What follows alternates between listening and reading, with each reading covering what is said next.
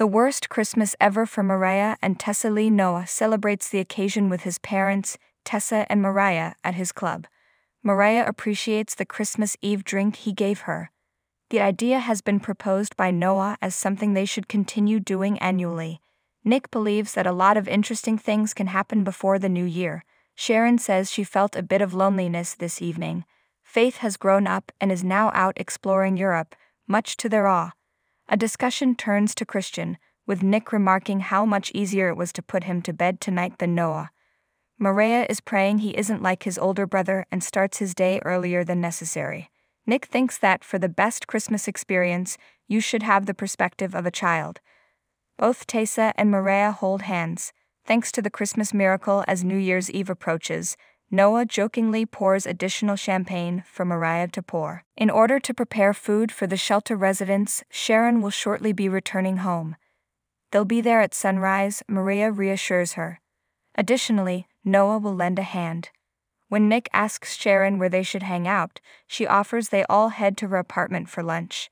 Together, Nick and Christian will complete this task and then travel to the property. He jokes with Mariah that she can join him and his parents at the table. With a deadpan, "I'm busy."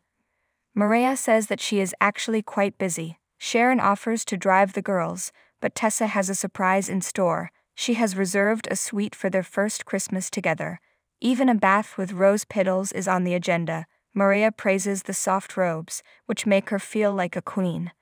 This is all extremely romantic to Noah. Later, Mariah and Tessa are chilling in their suite, drinking champagne in their gowns. Mariah informs Tessa that the spa-like tub was exactly what they required. From now on, Christmas Eve will be marked by our traditional exchange of a single present. A gift is then produced and presented to Tessa. "Have a merry little Christmas" is the message on this ornament. It's great, according to her. They ponder the coming year and whether or not they will have become mothers. For their child, there will be a Christmas celebration just like the one they missed out on as a child. Tessa points out that their child will be surrounded by a large, loving family on this joyous occasion. Mariah really wants it, but for the time being, she and Chris can enjoy this wonderful evening. They have a passionate embrace. When Mariah and Tessa wake up on Christmas morning in their hotel bed, she bids her a Merry Christmas. As a response, Tessa says, "Merry Christmas, my gorgeous wife." Mariah is aware that after Tessa announces with glee that it snowed, Mariah crows, "Time to be Christmas elves." Their preparations begin. Mariah and Tessa arrive at Crimson Lights to be greeted by Sharon and Noah, who make fun of them for being late. Mariah reveals they slept in and had a snowball fight en route. Sharon informs them that they have an abundance of food and gifts to transport. "So let's get to it." They cheer, "Go team."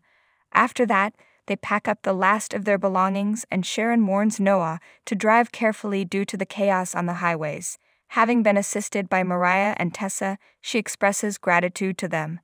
A young lady walks in and says her phone is dead and she needs a towel. As you can see, she's in a lot of pain and quite far along in her pregnancy. Mariah offers her a seat and checks to see if she's all right.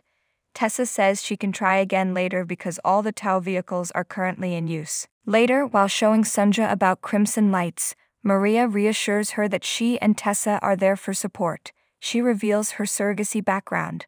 Sandra probes further, wanting to know how difficult it was to give up the child.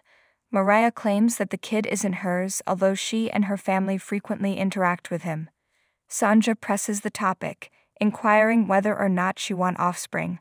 Mariah shares with her that they are eager to begin a family. Sandra grimaces in distress as she experiences labor pains. Sharon, assuming they'll arrive soon, sends Tessa to the back of the house to get blankets. Sandra worries that the baby will arrive at any moment. When Sharon dials Elena for assistance, Mariah calms her down.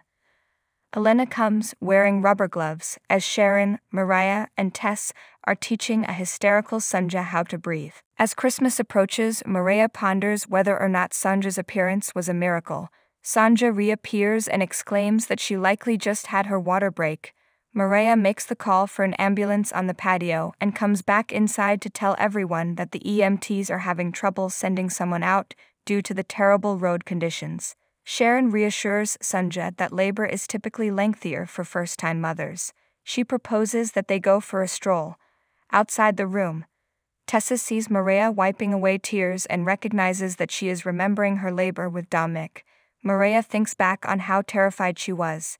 It's still in my system. Tessa reassures Mariah that everything will be okay and informs her that Sanja requires their assistance. Mariah must reassure her that she has found a welcoming and safe space to talk. Both Tessa and Mariah feel empathetic and enjoy her company. Sanja finds out she's sitting next to Tessa Porter when Sharon offers her a muffin. Sanja is passionate about her music, and she hopes that one day she will have the opportunity to share it with the world. Having a child at such a young age wasn't in the plans. So you're by yourself? Tessa asks. Sanja claims the father of her child is absent from her life and that she plans to go graduate school in the fall. Despite their best intentions, she doesn't believe she can be the mother the baby needs or deserves, and neither of her parents seem interested in helping. Mariah informs her that nobody else has the right to tell her tale but herself. When Sanja asks where she can find a restroom, everyone had a good chuckle. When Sharon is alone, she thinks, poor thing, and on a day like this, I'm all by myself. Mariah is thinking deeply about something as Tessa sleeps soundly in their hotel room. Mariah says to her upon awakening, I just had the most vivid dream. When asked if she agrees, Tessa just says, me too. They lock arms. Tessa is surprised because they haven't shared such a strong telepathic bond since her abduction, and it was a dream that was so real to both of them. Mariah worries that the dream portends bad luck and that they won't be able to fulfill their hopes and dreams. What they hoped for and what they feared, according to Tessa. She believes it proves they'll make great parents. They must continue believing. As a token of their affection, they kiss. Mariah and Tessa are greeted by a teasing Noah and Sharon at Crimson Lights. When Sharon notices a lack of response, she inquires, is everything okay? Mariah reassures her that they are okay, albeit sleepy.